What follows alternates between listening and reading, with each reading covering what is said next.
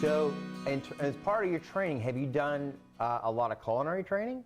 Not training, no. I mean, in restaurant, obviously, working a lot of small restaurants, and seed to table, things like that. Work very closely with chefs, Right. when I was in, Colombia and things. And so, we were very hands-on and got to see a lot of that side, Sure. but nothing professional. So really the moral of that story is the fact you don't have to be a culinarian to be in food and beverage. No. This is a big business. There's a lot out there. So Yeah, if you big thing you is- like the front of the house, just go to the front of the house. Yeah. If you like the beverage side of it, stay on the beverage side. But it's good to know a little bit of everything. Always, because no matter what, you have to know a little bit of everything. That's right.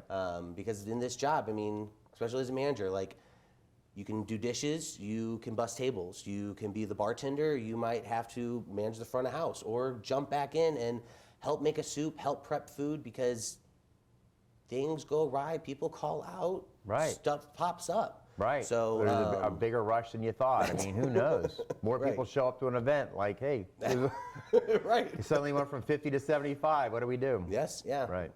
So yeah, knowing as much as you can and being quick on your feet is very important. It really is. Yeah, thinking on your feet. That's a good point. So in terms of your relationship with the staff, as an example, so tell me about what it is that you're trying to do as a manager with your staff, and what are your thoughts around all that? Again, coming from kind of smaller restaurants, it's always been very important to me, because in this industry, you're here. I mean, in the industry, but really here, you're here more than you are at home. Right. So, taking in consideration that this is your work family. Mm-hmm. Now, of course, work always comes first, and and so you have to keep that business mindset. But you have to be together. You have to know that life is outside of here as well. Mm-hmm. So connecting with associates as people first, and then kind of working with them as professionals is something that I've always strived for and is very important to me. What has been your experience in terms of training your staff?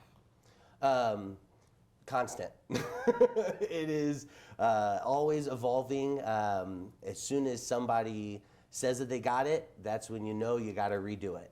And retouch with them, because even within myself, everything's always changing. Right. Look at this past year. Right. We thought we knew what this industry looked like, and then you had to rethink all your chemicals and how you get food out, and what's safe, what's not, what's the most portable, or if it's not marked, microwavable, you better check, because if it hits someone's microwave and all of a sudden Right. their bowl becomes a plate. Right. So it's just that constant evolution of don't stay stagnant, and always try to strive to better yourself in what you're doing.